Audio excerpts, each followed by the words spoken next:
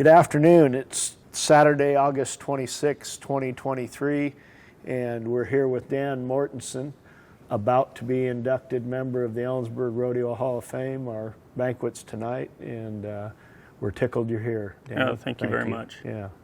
For the record, please state your full name, birth date, and birthplace. My full name is Daniel Mortensen. I was born in Billings, Montana on December 16th, 1968. Tell us about your ancestry a little bit, your mother and father's folks. So my dad was actually raised in a ranch about 100 miles east of Billings, between Forsyth and Colstrip. So I'm probably the seventh generation actually of a Montana. My ancestors came up on cattle drives, so my dad's side of the family. Wow, that is some history. My mom's family as well, they settled up around Great Falls. They were more on the farm side of agriculture, but they've been there since the 30s as well, at least. So a lot of history, a lot of heritage in the state of Montana. Gosh, yeah. Tell us about your childhood and upbringing. Well, I have three older sisters. So when my dad graduated from high school, he went into the military, and the ranch that he grew up on, his grandparents' place, got sold. So when he got back, he ended up having to move to town and come up with a career. And he became an electrician and met my mom and started a family. So I was raised on just a small acreage, like 3.5 acres, but we had some horses around, and I kind of fell in love with horses and that Western way of life. Still had that ancestry of ranch people and yeah, not so much rodeo in, just kind of. I know that my great-great-grandfather raised cavalry remount horses in eastern Montana, which there's a lot of history of bucking horses coming from that area, and cavalry horses, a lot of good deep horse heritage in eastern Montana. Your family's involvement in rodeo before you were born, were they rodeo people? No, very minimal. Yeah. My dad went to a few amateur rodeos as a young man, and said he didn't have a whole lot of success. So I just kind of fell in love with it. We had some friends that were doing youth rodeo. So my first rodeo was when I was about 11 years old. I was in the goat tying at one. Got it. Tried every single event and ended up riding bulls all through high school. And saddle bronc riding was the last event I ever tried. Never tried it till like the summer before my senior year of high school. And got recruited to college as a bull rider. And then kind of learned how to ride broncs in college. And about the time I came out of college, that bronc riding kind of took over as my best event. Remind me who the coach at Montana State was at that time. Well, I went to Powell, Wyoming for 2 years to begin with. And Ike Sankey was a coach. I met Rod Hay. He was there for a semester and rode saddle bronc horses. And that's who I ended up traveling with quite a bit later in my career after I graduated. Got it. So I spent 2 years in Powell, and that's where I kind of learned how to ride broncs. Ike had the Cody Knight Rodeo at the time, so he had probably 100 head of horses and a practice pen for us to get on. And, really good coaching, really good mentors to look up to. Rod knew a lot about bronc riding at the time, so it was just a great learning environment for me. From there, I went to Montana State, who had probably the dominant rodeo program at the time. In college rodeo. I rodeoed for them the next 2 years, and we won the nation as a team both years. This had been what, the mid-80s? This would have been, I started there in probably the fall of '89. It ended up taking me, I took a semester off to go to the winter rodeos, ended up graduating in '92. But again, Ken Lensgraf, was a bareback rider. There was a lot of guys that were on the team that were older than me that were already rodeoing professionally. That I could look up to. And then my first year in Bozeman, I ended up making the national finals. My rookie year in 1990. Not the college national finals, folks. The NFR. The NFR. And then 91, I actually missed. I went to more rodeos that year. I won the nation in the college ranks, but I didn't ride as good as I had the year before. And 92, I graduated from college, and I promised myself if I stuck that college out and got that degree as my insurance in my hip pocket, I could give myself a couple of years to go out and make a go of it rodeo and see if it would work. That's quite a bit of foresight for a rodeo cowboy. And it ended up working. So, what was your degree in, Dan? Agricultural business with a minor in economics. Okay, yeah. So thinking more like along the banking end of or finance industry into stuff. Dan, what was your first understanding of the Ellensburg Rodeo? When did that first come onto your radar? Well, it would have been early in my career. Okay. You know, I love the rodeos out here. I rodeoed in the Montana circuit for probably close to 10 years. And when I had won the all-around, to me, the rodeos I really enjoyed were kind of in the Northwest. Okay. And rodeoing in the fall, to me, was my favorite time of year. Sure. So I actually ended up switching circuits and came out here for the last half of my career and rodeoed in the Columbia River circuit because I like the rodeos out here so much, especially in the fall. You know, the stock was good. The weather cooled it down a little bit. You bet. The travel wasn't so intense because, you know, there were so many good rodeos in this area that you could get to. Yeah. And it was just my favorite time of year to rodeo. You're not the first guy to say that. Ellensburg had a reputation for that, you know, for those very same reasons. Yeah. When you were in high school and rodeoing, did you know about the Ellensburg Rodeo? Or I didn't. To tell you the truth, I didn't know a whole lot about rodeo when I was in high school. It was the first 2 years in Powell, and really that first year, you know, this Rod Hay, a kid I'd never met, came in. His brother was already going to college in Glendive. Okay. The rodeo coach at the time, Ike Sankey, had been to the NFR like 4 times, rode as bareback riding and saddle bronc riding. And there was a conversation I heard between the two of them. We're on the way back from a college rodeo one evening, middle of the night, and Rod had he already knew what he wanted to do. He was going to rodeo professionally. And it had never really occurred to me that was a possibility. I rodeoed because I loved it. I had success with it. It was just something I was doing. I got a little bit of a scholarship to college. Thought this is great, you know. But there was a conversation between the two where Rod was kind of that up and coming kid, and he was asking excellent questions to a guy who had been there and done it. You know, had made the national finals, was now, you know, putting rodeos on and was a coach. And it was something that really opened my eyes to the possibilities of actually going out and trying to make a living or making a career out of rodeo. And just became, you know, I had done it for fun. I'd love to do it. And it kind of turned the whole table around. You know, this is something I could see myself doing. When did you first come to Ellensburg?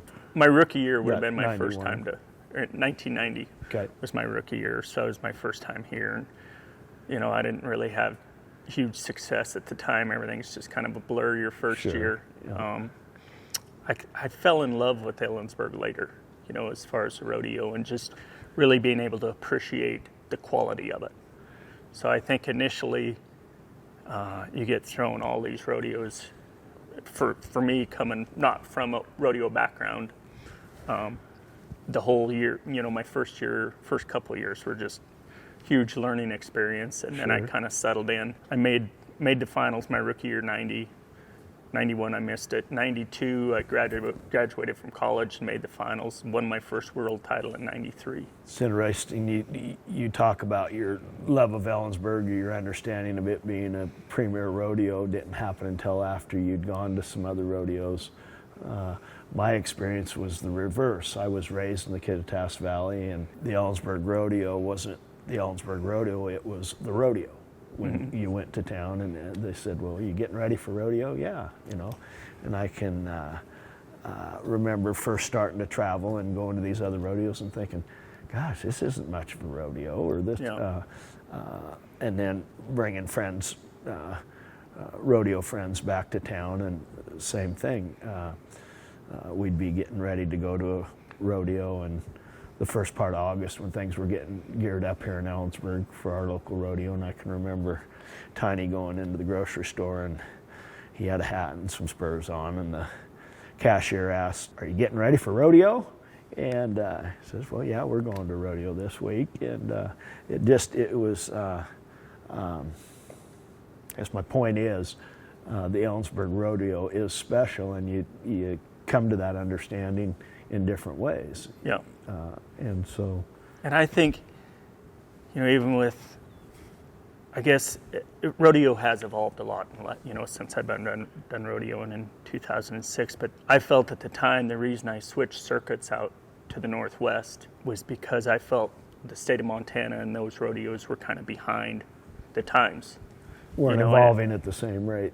Yeah, and one of the biggest problems with rodeo committees is they won't go out and experience other stuff. It's always their rodeo is central. It's always about that. Where if they would go and see other rodeos, that, especially rodeos that are better than them, and maybe see what the possibilities are. And looking back now, rodeo in the state of Montana has improved a lot. There's a lot of rodeos that have gotten better. But Ellensburg's still, one of the... That might be exposure to these other rodeos. And it is, you need to evolve. We need to evolve as a sport, because we're competing against other stuff. And if we don't improve and continue to advance, rodeo will be left in the dust. And I love rodeo.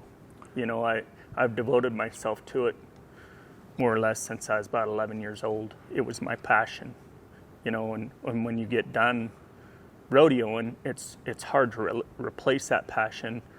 But I still love the sport of rodeo. It is my passion still, even though I don't compete. So I want to see rodeo succeed. Are you active in that? Not much. Promotion of rodeo, Dan, or in promoting the sport of rodeo, or not really. I go down to Powell and help out at a college level. Okay. I haven't been involved for a while. Actually, the new administration of the PRCA, I'm very impressed with what they're doing with rodeo. I've spoke with them, and I've been doing a little bit of stuff. But our brief conversation today, you seem like you'd be a great ambassador for the sport of rodeo, and you're articulate and forward-thinking. And I mean, well, thank you. I don't want to stereotype, but you're not the dumb cowboy. Yeah. And I think there's a lot of guys out there that aren't. I mean, not. Yeah. Especially guys that are successful. Absolutely. And you get successful. When you're successful at something, it doesn't matter what it is. There's a reason you're successful. That's right. And it just depends on what your passion is. What you devote yourself to. Sure. Who are some of the contestants at Ellensburg that you remember that were your contemporaries when you were competing here? Well, it had been everybody, that was in the top, probably 30 at the time. So, I mean, my career spanned a long time. So I got, when I first was coming here, I actually remember Clint Johnson making a ride at Ellensburg. And I asked him about it the other day. Yeah. Because the horse I thought he had wasn't the horse he had. I thought he had a horse called Go Wild Calgary's, and I think he said it was Alkali Ike that he had. But it was one of them rides that just stand out. And it left an impression in my mind. Clint Johnson was always a hero of mine. I actually packed a picture of him around in my briefcase. That was, to me, was what you were supposed to be as a bronc rider. It was just a picture of him lifting and his feet were set. That's how it's supposed to be done. So there's certain rides. There's also certain horses. I remember turning a horse at Calgary's called Graded Coconut. Ended up being a great stud of theirs. And I think James Boudreau, a friend of mine, was getting on him in bareback ride. And I remember turning that horse out for James in a bareback ride. And this young horse, holy cow. He wasn't really, he hadn't gained the notoriety that he ended up with. And the chute gate opened, and I reached up and pushed the horse's head like you're supposed to get him to turn out. And it was like pushing a brick wall. Oh, I it was like, and that horse kind of looked at me and said, and then turned and left. And I was like, okay, yeah. But it was, the horse was so hard and in such great shape. Oh, yeah. And then, seeing what that horse became from there. Sure. I got on, I've been on great horses here. Kind of this cool part of it, some of the most famous studs of my time. I got on Iron Mountain, Flying Fives, the Gray Appaloosa, which ended up being a great stud. 960 is Spring Break, which is a colt out of Iron Mountain. Okay. And Spring Rose, which is Spring Fling's mom. Sure. I got on that stud here, and I got on W33 at Calgary's as Wild Strawberry, which ended up being a great producer. So that was pretty neat, you know, getting some of the heritage of the sport just on the stock side of it too. And that just shows, it's a testament of the quality of stock that Ellensburg brings, and it, to me, makes a riding contest out of it. You know, you come here and there's a lot of horses in the pen that you have the opportunity to make short round on or to win money on. I think that was a conscious effort when Christian Brothers and Vold were our primary contractors. That when they were kind of phasing out, the board said, "Hey, let's start choosing. Let's invite more contractors." And now a lot of rodeos do that. That's a model. You know, that's a model, exactly. Yeah. And the first time Calgary does it, the Calgary Stampede, Ellensburg does it, Pendleton did it at the time. But they were some of the very few that did that. Generally, it was, when a stock contractor put a rodeo on, it was just them. They got it right. And, that was one of the things that opened my eyes is, that's why these rodeos are so great, is because they bring, all the great stock contractors in and make a huge, it just really ups the quality. Well, and we talked earlier about when you want to be good at something, find somebody that's good at it and copy them. Exactly. And that was progressive, but a forward-thinking part of our board's history was they would travel to other rodeos. And, as a young person, my dad was on the rodeo board, and I can remember him going to different rodeos to see what they had to produce. And it wasn't a competition; it was a. And what was making them excel and making them great? And I try to explain it to young guys: you're not copying, you're not imitating, you're emulating. Find something that you want to be, study it. How did that guy? Like, what qualities does he possess that makes him, to you, in your eyes, great? That's a great choice of words. And those are the qualities you need to work on. Yeah, and incorporate them into your deal. Into your, and so, into your personality. Yeah. Tough to narrow down, and you've pointed some out. Favorite memory of the Ellensburg Rodeo? Do you have one that sticks out? I don't really have one. Yeah. I just... Had such a storied career here that... and when it boils right down to it, when you showed up at Ellensburg, you felt they were appreciative that you were there. They gave you a place to park. We have, especially when a guy's beat up that time of year, a lot of times you come in sore, you're packing a saddle, a rigging bag. You don't want to have to park a mile or 2 miles away from the arena and walk. And nice then to have a golf cart or somebody. Well, not even a golf. Just if you're going to walk, just not make it so far. And when you show up to the rodeo, have a committee man that just smiles and says, "Thanks for coming to our rodeo." Yeah, it goes a long ways. Yeah. And it doesn't matter if it's the number one guy in the world or if it's the number 30th guy in the world, or whoever the kind of the lowest guy at your rodeo is. Across the board, just the committee appreciating the fact that the contestants were at the rodeo. I think the Ellensburg crew understands we need each other. Yeah, and I think that's one of the points that rodeos that aren't at this level, I think that's one of the points they miss. It's a collaboration. It's a collaboration, and you gotta treat guys well. Yeah. Because there's some rodeos that I'd show up to and I didn't really want to go, but I had to. It's almost like you're showing up to the rodeo with a chip on your shoulder a little bit. Yeah. But Ellensburg was one I always looked forward to. I may not have the horse drawn that I wanted, but I always looked forward to this rodeo because it was a good rodeo. Dan, closing comments for the audience that is going to view this. What do you have to say to wind this interview up? Oh, I'm looking forward to this evening. I appreciate Ellensburg. I appreciate the history, the heritage, and just the way they have treated contestants in the past, and I'm sure they still do. Dan Mortensen, thanks for coming. You bet. Thank you. Appreciate it. Thanks for having me.